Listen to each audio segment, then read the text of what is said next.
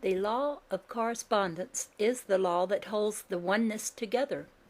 As mentioned, its name is synonymous with the golden liquid light. Contained within this pulsating, vibrating field of endless energy is all that is and ever will be.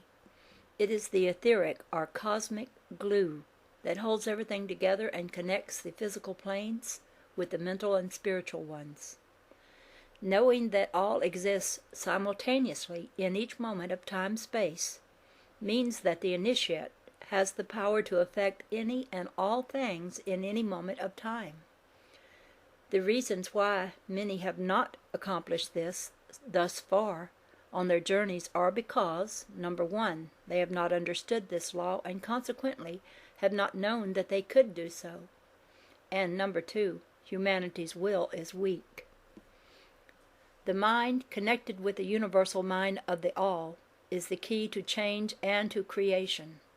The strengthening of the mind comes from discipline and willpower. The strength of will comes from the heart. Individuals have been distracted by the physical manifest world, spending much of their time entertaining their five senses. Focusing attention on the outside has contributed to their forgetting the power within. Going within allows the initiate to connect the mind to other planes and dimensions of reality, for it is here that the soul connects with the all.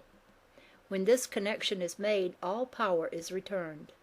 In the journey comes the awakening that all dimensional realities are connected.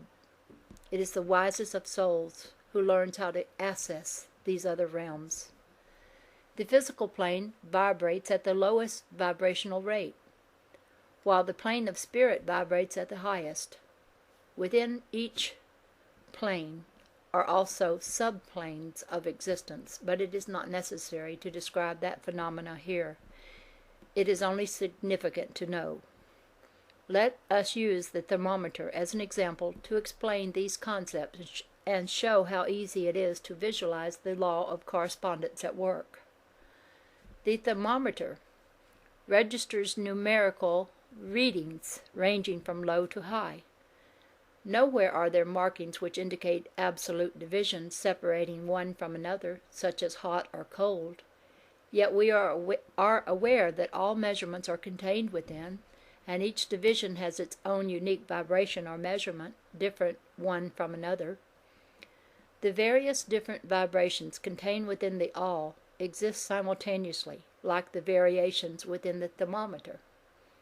These range from the physical to the spiritual planes, for the purpose of this instruction.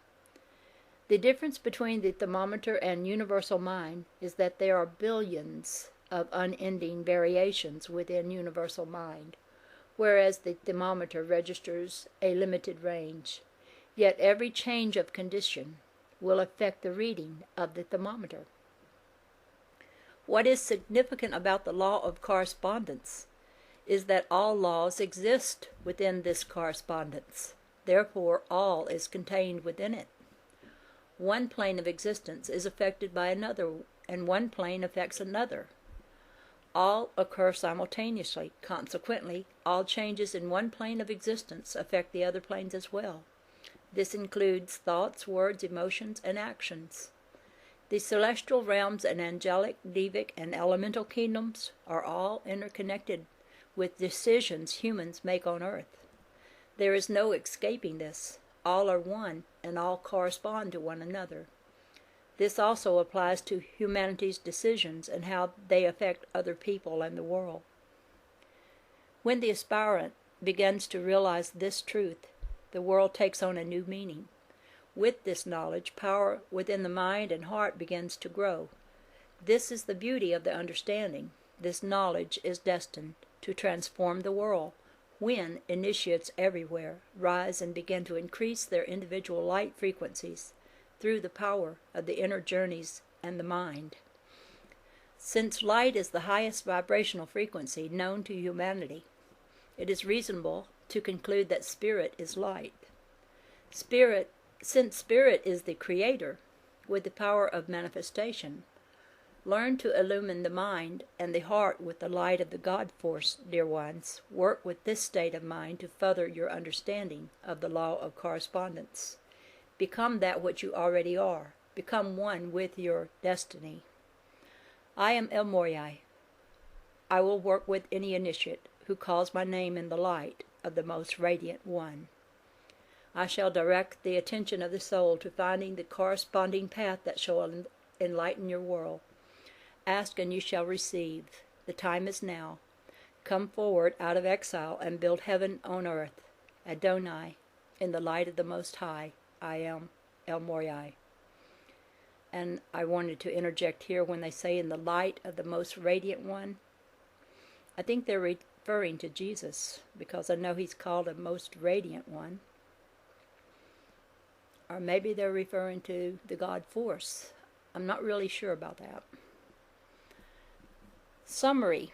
Much of our third-dimensional experience has focused on the analysis of discrete parts of the many systems around us. Only recently have we become aware of the many systems that exist, their interrelatedness, and the prevalence of patterns and order within seeming chaos or randomness. The law of correspondence helps us to see the unity and wholeness of the universe and how everything is connected to everything else.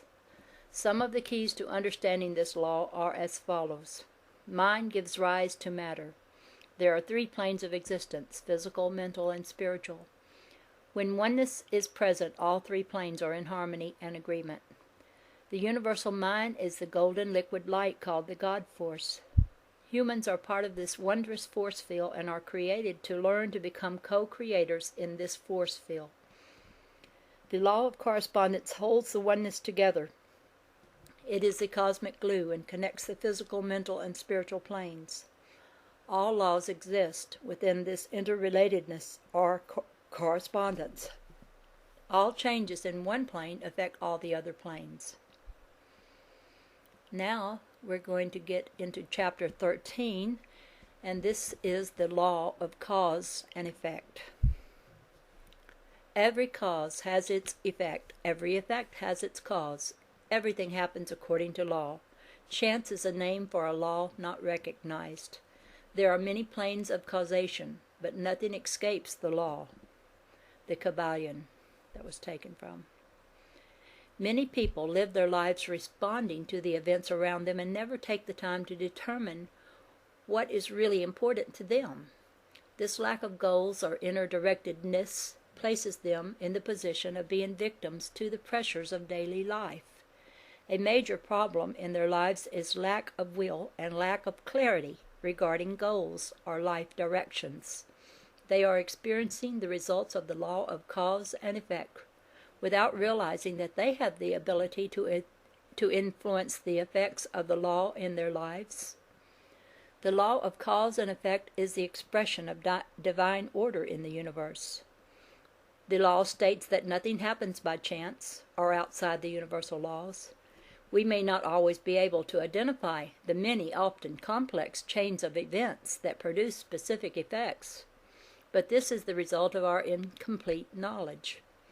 Events experienced may be the result of past life actions, the result of our present behaviors, or experiences provided from higher planes of existence to teach us how to master our intellectual and emotional behaviors.